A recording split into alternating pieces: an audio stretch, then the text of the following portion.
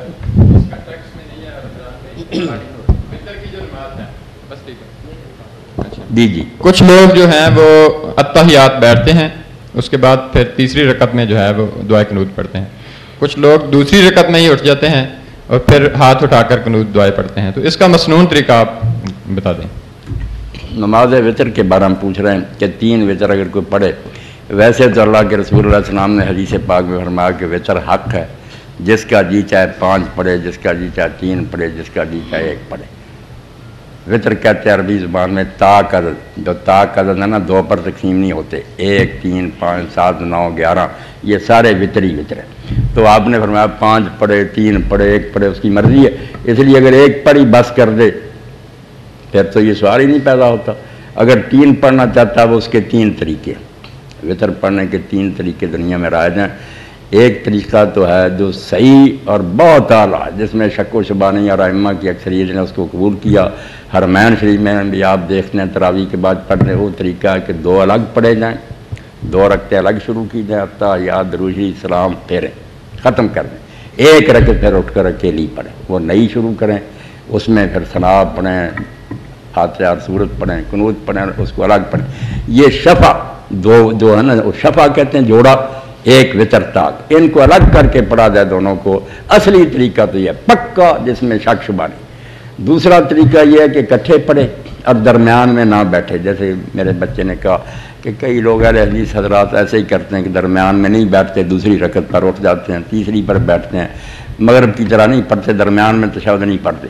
یہ طریقہ بھی رسول کریم علیہ السلام سے ثابت نہیں ہے. یہ حضرت عطا بن ابی رباح وغیرہ نے پڑھا, کوئی اس کا ثبوت بھی آپ سے نہیں ہے. اور تیسرا جو ہے کہ مغرب کی طرح ہی پڑھتے ہیں 2 تشہد, یہ صحابہ میں سے حضرت ابن مسعود وغیرہ سے آتا, رسول اللہ سے نہیں آتا. اس لیے اگر آپ پوری سنت کی پیروی کریں نا, جس میں کوئی شبہ نہیں, پھر تو پکا اور قوی قول ہے کہ 2 رکعتیں الگ پڑھیں, ان کا سلام کہیں, 1 جو الگ پڑھیں. شفع اور فصل میں فرق کریں. حضور یہ کر کے درمیان میں باتیں کر لیتے تھے, ابن عمر کر لیتے تھے. 1 الگ پڑھی جائے 2 الگ, سب سے قوی تو یہ ہے. باقی دوسرے طریقے میں ان کو ہم یہ تو نہیں کہہ سکتے کہ اس سے نماز نہیں ہوتی. آخر بڑے بڑے نیک لوگوں نے پڑھی ہے. جی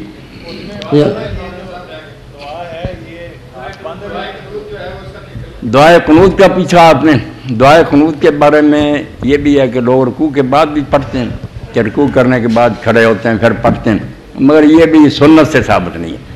جو وطر میں قنوت ہے نا, وہ صحیح سنت جو ہے اللہ کے رسول کی, کانا یقنوت تو پھر وطر قبل رکوع, وطر میں آپ جو قنوت پڑھتے تھے وہ رکوع سے پہلے. اس میں صحیح بات یہی ہے کہ فاتحہ پڑھ کے سورت پڑھ کے آپ پھر قنوت پڑھیں, پھر رکوع میں جائیں. قنوت کے لیے سب راستے کھلے ہیں کہ آپ ہاتھ اٹھا کر کریں, باندھ کر کریں, لٹکا کر کریں. یہ تینوں طریقے سرف سے آئے.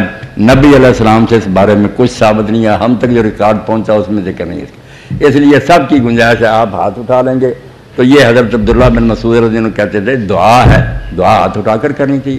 اور امام جو ہے نا ابو یوسف رحمۃ اللہ علیہ, ابو حنیفہ رحمۃ اللہ بڑے شاگرد ہیں, وہ کہتے ہیں ہم کوفہ والوں نے قنوت تو وطر کی سیکھی ابن مسعود سے, اور طریقہ امام صاحب اپنا ہی آپ نے بنایا, وہ باندھ کر. ابن مسعود سینہ کے برابر اٹھاتے تھے. اگر وطر ان سے سیکھا ہے تو وہ کرو جو وہ کرتے. اس لیے مولانا تقی عثمانی وغیرہ بھی مانتے ہیں کہ بھائی سچی بات یہی ہے کہ ہاتھ اٹھانے چاہیے. مگر اگر کوئی باندھ کر کرے, یا جیسے امام محمد کہتے ہیں کہ رکوع کے بعد جیسے لٹتے ہوتے ہیں, اسی طرح اللہ اکبر کہہ کے نیچے لٹکا لو, ہے سارے طریقے جائز ہی جائز, نماز ہو جائے گی. جی